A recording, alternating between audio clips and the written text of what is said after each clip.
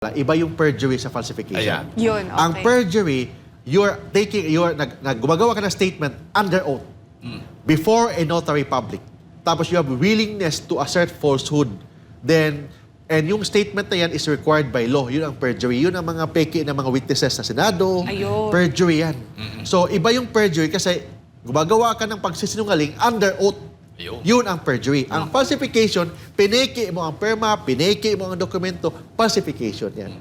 So, ang moral lesson dito, kailangan you should be honest. Honesty is a good policy. Ayan. Yun yan. So, it means, kung sinungaling ka, nagsisinungaling ka, paano natin makuha yung katotohanan? Like for example, sa court, even in Congress, mga witnesses diyan, ang kailangan lang nila doon, katotohanan. Yes. So paano ang katotohanan kung ikaw mismo, yung mga ginagawa mong mga affidavit na yan, panloloko, pagsisinungaling, pwede ka mademanda ng perjury. Yung mga witness na nagsisinungaling, lalo na yung mga nakamaskara, pwede yun perjury yun. Perjury, ang penalty doon 6 years, 1 day to 12 years plus 1 million fine per statement. Oo. Per statement. Oo. Ilang statement yun? Oh, paano kasi nga nag-cover sila dahil sa kanilang security?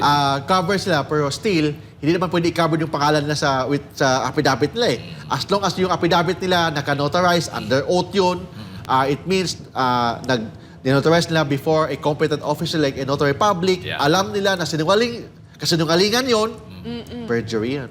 Pag perjury, hanggang 1 million per statement, per sentence doon na peke o pagsisinungaling, 1 million ang bayad. Wow. Plus, Consequences. hanggang 12 years na kulong per sentence na pagsisinungaling.